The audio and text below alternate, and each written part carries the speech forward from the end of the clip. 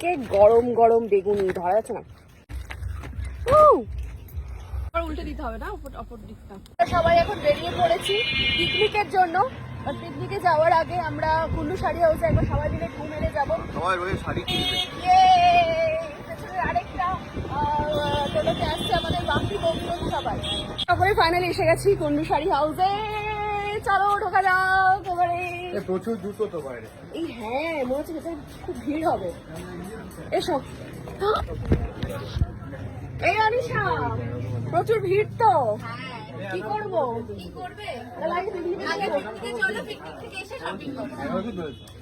কি অবস্থা, প্রচুর ভিড় হয়ে গেছে আজকে, ঢোকার জায়গা নেই। আর আমিও নিয়ে এসেছি পুরো এত মানুষজন। তাহলে আগে সব যেতে যাবে, পিকনিকে যাবে? এমনি নাই, তাহলে আগে পিকনিকে চলে যাই, তখন ফাঁকা হবে তো একটু। চলো তাহলে আগে আমরা পিকনিকে যাই, তারপরে শাড়ি কেনাকাটি করবো। প্রচন্ড পরিমাণে ভিড় থাকার জন্য আমরা আপাতত এই জঙ্গলের মধ্যে চলে এসেছি পিকনিক করার জন্য।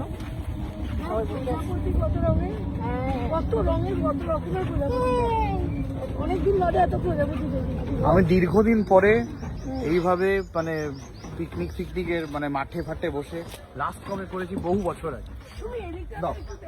হ্যাঁ বিভিন্ন প্রকারের প্রজাপতি ভর্তি।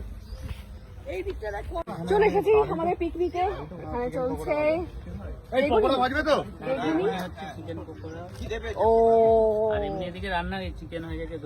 মেনু কি হয়েছে না সেটা আমরা খেতে খেতে বলবো, এখন এইভাবে মুখে বলে দেবো না।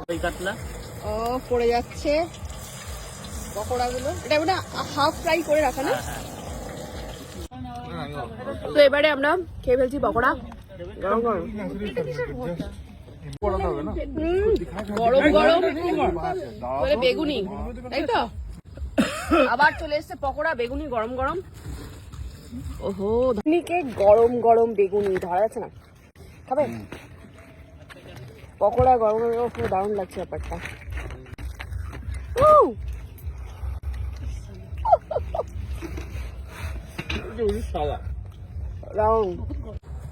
চলে এসেছে বেগুন পোড়ানোর বেগুন, দেখাও। ও সাথে আবার ফ্রেশ ইয়ে, এটাও তুলে আনলে, বাহ।